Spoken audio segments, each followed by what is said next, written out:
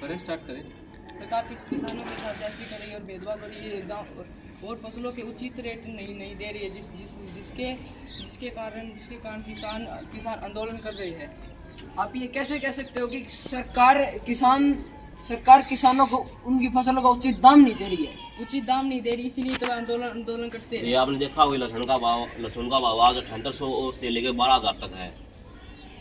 बताओ, ये फसलों का उचित दाम नहीं है।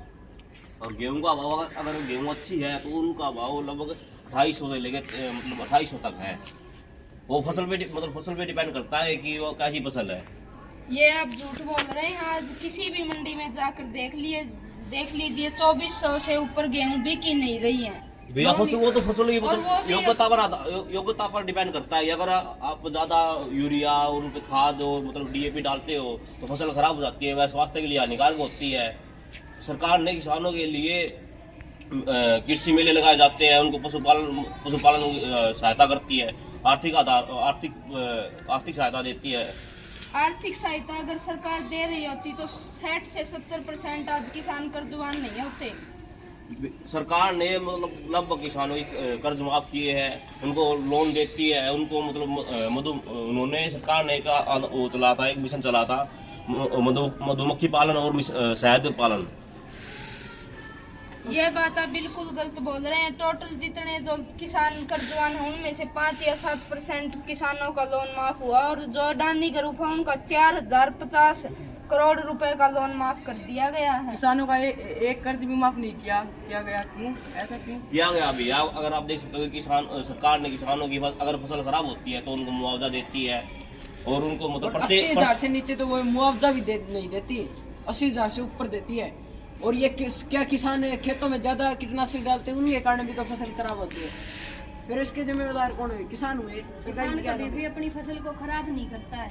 और वो अपनी फसल बढ़ाने के लिए ज्यादा यूरिया और खाद डालता है, जिससे फसल खराब हो जाती है, वह खाने योग्य नहीं रहती फसल। तो उनको उचित रेट नहीं मिलते तो कुछ तो करेंगे वो। तो ये थोड़ी ना कि रेट क्यों नहीं मिलते? देती तो सरकार है। उनका घर का गुजारा नहीं चल रहा, इसलिए ज्यादा यूरिया वगैरह है। तो वही तो बात है भैया, अगर सरकार उनको उनकी फसल की योग्यता के आधार पर उनको रेट देती है। ये नहीं कि अगर आपकी फसल खराब है तो आपको 2800 रुपए दे दे। सरकार अच्छा रेट तो नहीं दे रही, इसलिए तो ज्यादा यूरिया का इस्तेमाल कर रहे हैं। क्या एक लहसुन है और ये गेहूं का ही नीचा दाम नहीं है, हर एक फसलों का उचित दाम है। सरसों का दाम पहले जो 6000 या 6100 था वो 5600-5700 पर आ गया है और आप कह रहे हैं उचित दाम है। बढ़ता और जा रहा है। बढ़ता तो है ही नहीं। बढ़ रहा भी मैंने बताया, लहसुन का भाव 7800 से लेके 12,000 तक है। और डीएपी का भाव 650 था, आज 1300 का मिलता है, उससे भी ऊपर का। 3000। यूरिया का भाव क्या था? 143 रुपए था, 285 हो गया। 2020 में हमने बेची थी कपास 10,000 रुपए क्विंटल और अब हमने परसों ही बेची है 7100 रेट लगाए। बढ़ गया क्या? वो बढ़ता ही जा रहा रेट। 10,000 बड़ा रेट है 7100। और सरकार ने 3,850 करोड़ रुपए दिए हैं सब्सिडी के लिए। क्या किसान क्यों नहीं मांग रहे सब्सिडी? एक भी किसान के पास वो सब्सिडी पहुंची नहीं है। तो क्यों नहीं मांग रहे? मांग रहे हैं, आंदोलन हो रहे, उनकी सुनी नहीं जा रही। तो फिर वे एक ही आंदोलन लेके बैठते कि फसलों के उचित दाम नहीं दे रहे। अगर सरकार किसानों की मानने लगे कि उनको उचित दाम दे तो सरकार देश की आर्थिक व्यवस्था नीचे गिर जाएगी। तो क्या देश की आर्थिक व्यवस्था किसानों का हक मार के ही बढ़ेगी क्या? सरकार आज जो भी इंसान कुछ भी उत्पादन करता है, चाहे वो सुई बनाए, वो अपना रेट लगाता है, लेकिन सिर्फ किसान ही ऐसे है जो अपनी बनाई हुई चीज का उचित रेट नहीं लगा सकते।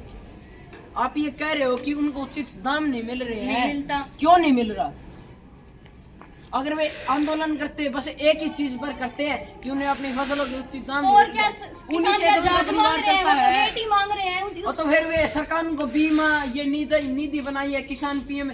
और अब 1 जनवरी 2025 को बैठक हुई थी, प्रधानमंत्री ने कहा था कि सब्सिडी की ये सब्सिडी दी जाएगी। किसान क्यों नहीं मांग रहे सरकारी दुकानों पर? भैया महीने में होती रहती है और आज तक किसी किसान को उसका प्राइवेट दुकानों पर जाते, किसानों सरकारी दुकान पर क्यों नहीं जाते? सरकारी दुकान के गोदाम ही खाली मिलते हैं। आप ये कैसे कह सकते हो कि सरकारी दुकान अगर आपको 2 कट्टे डीएपी चाहिए, अगर आप उसका 4 कट्टे डीएपी लगाते तो दूसरे किसानों को नहीं मिलती। सरकार किसानों को देखकर ही डीएपी मंगवाती है। अगर आपकी संख्या 4 है तो 4 ही कट्टे मंगवाएगी आज सरकार। किसान आर्थिक रूप से इतना कमजोर है कि आप तो 4 कर रहे हो, 2 खरीदने के लिए भी उसे लोन लेना पड़ेगा। लेकिन सरकार ने उनकी समस्या का समाधान करने के लिए कृषि केंद्र को भी स्थापित किया हुआ है। आप ये कह रहे हो कि गेहूं के दाम नहीं है, 2300 से 2400 इतना कुछ है। चना का कितना भाव है बताना एक बार। 7000 है, 12-13 हजार तक है। अब बताओ इसमें सरकार की क्या कमी है? चने का बीज कितना महंगा है, आप 8 से बताओ। 9,000 रुपए। एक मिनट है, आपने ये तो बता दिया कि बीज कितना महंगा है। किसान आधे से ज्यादा किसान तो घर का भी बीज बोते हैं, फिर वे सरकार में कैसे घर का बीज भी ऐसी अच्छी फसल नहीं होती जो क्यों नहीं?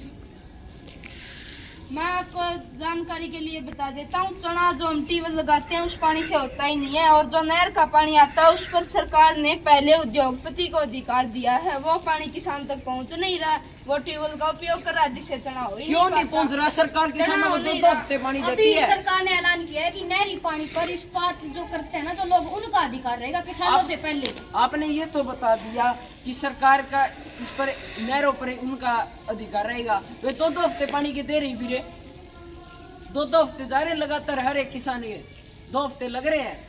2 हफ्ते लग रहे हैं, हाँ। 2-2 ढाई घंटे लगते हैं। आज का भी हम आपको लाइव एग्जांपल देते हैं। हाँ। कल ही हम अपने खेत में पानी लगाया या नहीं लगाया है, अपने 1 घंटा मिला है पानी का, तो उसमें क्या 1 किला भी भरा है पूरा? क्यों नहीं 1 किले कणक तो वैसी की वैसी रह गई।